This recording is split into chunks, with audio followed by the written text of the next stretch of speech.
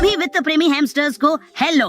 Technology लगातार हमें आश्चर्यचकित कर रही है, विशेष रूप से एआई में हाल के एडवांसमेंट्स के साथ। लेकिन ऐसी नवाचारें हमारी वित्तीय रणनीतियों में कैसे सहायक हो सकती हैं?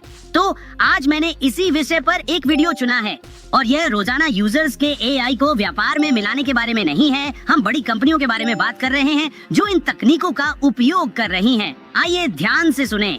अगर आपने 1988 में S&P 500 में $1 लगाया होता तो आज वह $42 होता। अगर आपने वॉरेन बफेट के साथ बर्कशायर हैथवे में $1 लगाया होता तो आज वह $154 होता। लेकिन अगर आपने 1988 में $1 द मेडालियन फंड में लगाया होता तो आज वह कितना होता? आपको पता है कितना? $44,000। उन्होंने एआई का इतनी अच्छी तरह से उपयोग किया। वह एक गुप्त एआई है जिसकी पहुंच किसी को नहीं दी जाती। फिर 1995 में उन्होंने क्या कहा आप जानते हैं? उन्होंने कहा हम इस फंड में अब और पैसे नहीं ले रहे हैं। आपको पता है उन्होंने 2005 में क्या किया? उन्होंने अपने सभी ग्राहकों को फोन किया और कहा अब आगे बढ़ते हुए अपना पैसा निकाल ले। यह फंड अब केवल वर्तमान और पूर्व कर्मचारियों के लिए है। उन्हें क्या समझ में आया? वाह, इसमें कुछ षड्यंत्र की गंध आ रही है ना? ये गुप्त फंड आखिर है क्या? अब मैं भी इसका हिस्सा बनना चाहता हूँ।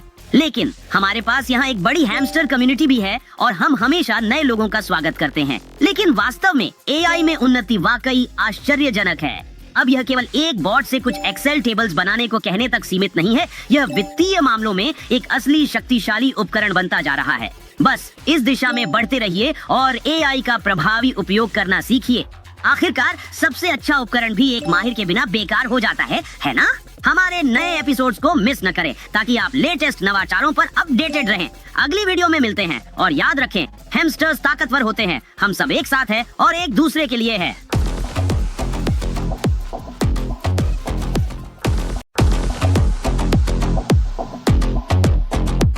सभी वित्त प्रेमी हैमस्टर दोस्तों को हेलो।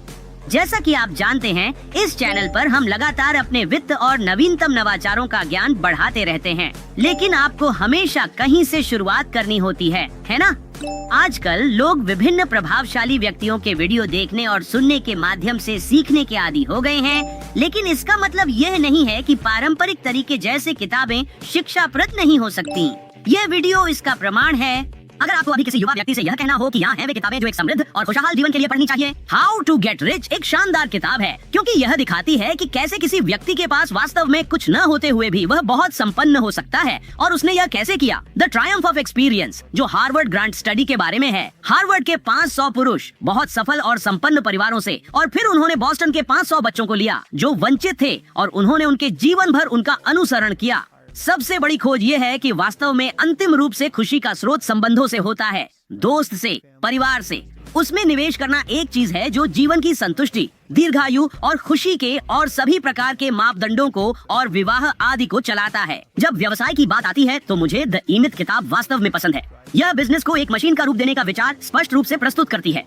मुझे यह सारा काम करने की जरूरत नहीं है। मैं बस इंजीनियर बन सकता हूँ और मैं हर तरह के उपकरण बनाकर और रॉ मटेरियल्स का इस्तेमाल करके धन कमा सकता हूँ।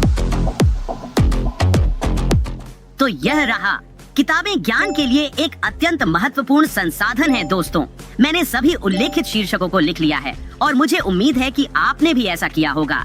भले ही विशिष्ट विषय अभी के लिए उपयोगी नहीं लगे, एक्सपर्ट्स द्वारा लिखी गई किताबें भविष्य में आपकी मदद कर सकती हैं। क्या आप कोई अन्य शानदार किताबें जानते हैं? हमें कमेंट्स में बताएं, हम उन पर अगले वीडियो में चर्चा करेंगे। लेकिन आज के लिए बस इतना ही।